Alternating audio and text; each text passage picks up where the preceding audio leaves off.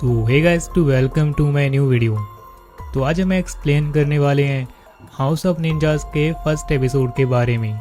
तो शुरुआत होती एक हारू नाम के लड़के से, जो कि एक वेंडिंग मशीन के ऑपरेटर का काम करता है।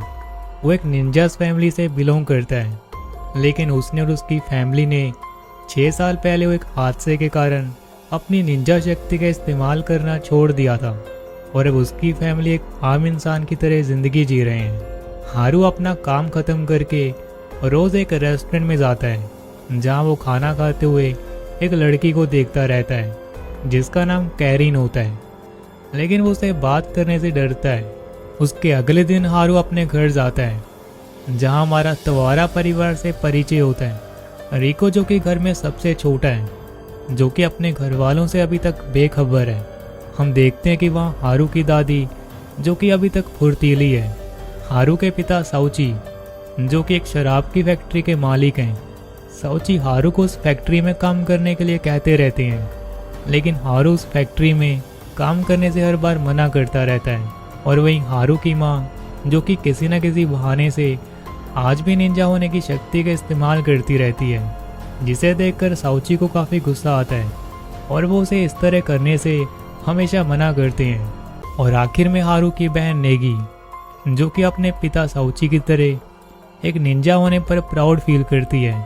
उसके बाद हम देखते हैं कि हारू रात भर काम करने की वजह से अपने कमरे में जाकर सो जाता है, लेकिन उसे सोते वक्त एक सपना आता है जिसमें हम देखते हैं कि एक मास्क पहना हुआ निंजा हारू पे हमला करता है और तभी हारू की आँख खुल जाती है। और वहीं साउची जब अपनी शराब की फैक्ट्री में जाता है, तब वो देखता है कि उसका एक कर्मचारी उसके टेबल पे काम से हटने का एक इस्तीफा देता है, जिसे देखकर साउची काफ़ी परेशान होता है। और वो कर्मचारी साउची से कहता है कि काफ़ी सालों से उनकी फैक्ट्री का काम अच्छा नहीं जा रहा और उन्हें उतना पैसा नहीं मिल पा रहा जितना वो काम करते हैं, जिसकी वजह से वो काम छोड़कर जा रहे हैं। उसके बाद साउची के पास एक हामाशिमा नाम का व्यक्ति आता है, जो साउची से कहता है कि वो उसे निंजास की नीतियों के बारे में याद दिलाने आया है। हामाशिमा चाहता है कि साउची फिर से निंजास को ज्वाइन करे ताकि उनके ऊपर आया खतरा ख़त्म कर सके, लेकिन साउची इसके बारे में कुछ नहीं सुनता और उसे वहाँ से चले जाने को कहता है। और वहीं नेगी एक म्यूज़ियम में जाती है, जहाँ वो एक लड़के के साथ होती है, जो कि उसका दोस्त होता है। वो दोनों वहाँ पुरानी चीज़ें देखते हैं जो काफ़ी एक्सपेंसिव होती है। इसके बीच वो लड़का नेगी को डेट पे चलने के लिए कहता है, लेकिन नेगी उसे कहती है कि वो उनके रूल्स के मुताबिक वो उसके साथ डेट पे नहीं जा सकती, जिसे सुनकर उस लड़के को काफ़ी अजीब लगता है और वो वहाँ से चला जाता है। उसके बाद नेगी उस रात को उस म्यूज़ियम में से एक बॉक्स चोरी कर लेती है और वहाँ एक नोट छोड़ देती है, जिस पे लिखा होता है कि वो इस बॉक्स को 3 दिन बाद यहीं वापस कर देगी। पुलिस इस बात को लेकर काफ़ी परेशान रहती है कि चोरी करने के बाद कौन सा चोर उन चीज़ों को वापस कर देता है। असल में नेगी चोरी इसलिए करती है क्योंकि उसके मरे हुए भाई का उस म्यूज़ियम में से चोरी करने का सपना था।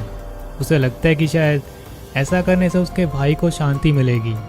उसके बाद हम देखते हैं कि हारू की माँ एक दुकान में जाती है, जहाँ वो अपनी निंजा शक्ति से वहाँ से कुछ राशन और खाने का सामान बड़ी ही चालाकी से चोरी करती है और घर ले जाती है। इसके बीच एक आदमी को रेलवे स्टेशन पर एक औरत मिलती है, जो उसे एक लिफाफा देती है जिसमें एक मास्क होता है और उसे आगे के काम के लिए इंतज़ार करने को कहती है।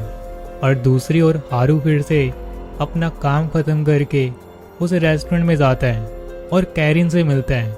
इस बार कैरिन हारू को अगले दिन डेट पे चलने को कहती है, जिसके लिए हारू मान जाता है। कैरिन के जाने के बाद वहाँ हामाशिमा आ जाता है।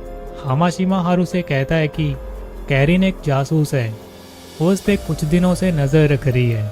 हामाशिमा हारू से कहता है कि उनके रूल्स के मुताबिक जो भी निंजास पर नज़र रखता है उसे मार देना चाहिए। अगले दिन साउची हारू के कमरे में आता है और हारू को फिर से फैक्ट्री में आने के लिए कहता है, लेकिन हारू कहता है कि वो उसके भाई गाकू की जगह नहीं ले सकता। साउची कहता है कि अगर गाकू आज जिंदा होता तो वो भी यही जाता। साउची कहता है कि वो उसका इंतज़ार करेगा। हारू फिर हामाशिमा की बातों को लेकर परेशान होता है और वो अगले दिन कैरिन के ऊपर नज़र रखता है और वहीं हामाशिमा हारू की माँ को गिरफ्तार कर लेता है, क्योंकि हर बार की तरह हारू की माँ दुकान से सामान चोरी करती है। हामाशिमा हारू की माँ को कहता है कि अगर वो चाहे तो वो उसे छोड़ सकता है, लेकिन उसके बदले में उसे हमारे साथ काम करना होगा, जिसके लिए हारू की माँ मान जाती है। उसके बाद कैरिन हारू को मैसेज करती है कि वो उसके साथ आज डेट पे नहीं जा पाएगी। हारू कैरिन का पीछा करता है और उसके पीछे एक बार में जाता है, जहाँ कैरिन की मुलाकात एक लड़के से होती है जो उसे क्रूज हमले के बारे में जानकारी देता है। क्रूज हमला जहाँ कई लोगों की एक जहर से मौत हो गई थी। जब वो लड़का कैरिन को उस व्यक्ति का नाम बताने लगता है, तभी वहाँ वही व्यक्ति आ जाता है जो कि हमने ट्रेन स्टेशन पर देखा था। वो व्यक्ति उस लड़के को चाकू मार देता है। फिर उसके बाद वो कैरिन को मारने आता है, लेकिन तभी हारू उस व्यक्ति पर हमला कर देता है। हारू उस व्यक्ति की कलाई पर चाकू मारता है। हारू इसके बीच कैरिन की तरफ देखता है, जिसके चलते उस मास्क पहने हुए व्यक्ति को वहाँ से भागने का मौका मिल जाता है और वो वहाँ से भाग जाता है। जब हारू उसके पीछे भागता है तब एक कार एक्सीडेंट होता है, लेकिन जब हारू उस कार एक्सीडेंट में मरे हुए लड़के को देखता है तब वो देखता है कि वो ये लड़का नहीं होता और वहाँ से हारू जाने लगता है। हारू को लगता है कि जैसे उसे कोई पीछे से देख रहा होता है। जब हारू पीछे मुड़कर देखता है तब वहाँ कोई नहीं होता और इसी के साथ हाउस ऑफ निंजास का फर्स्ट एपिसोड यहीं ख़त्म हो जाता है।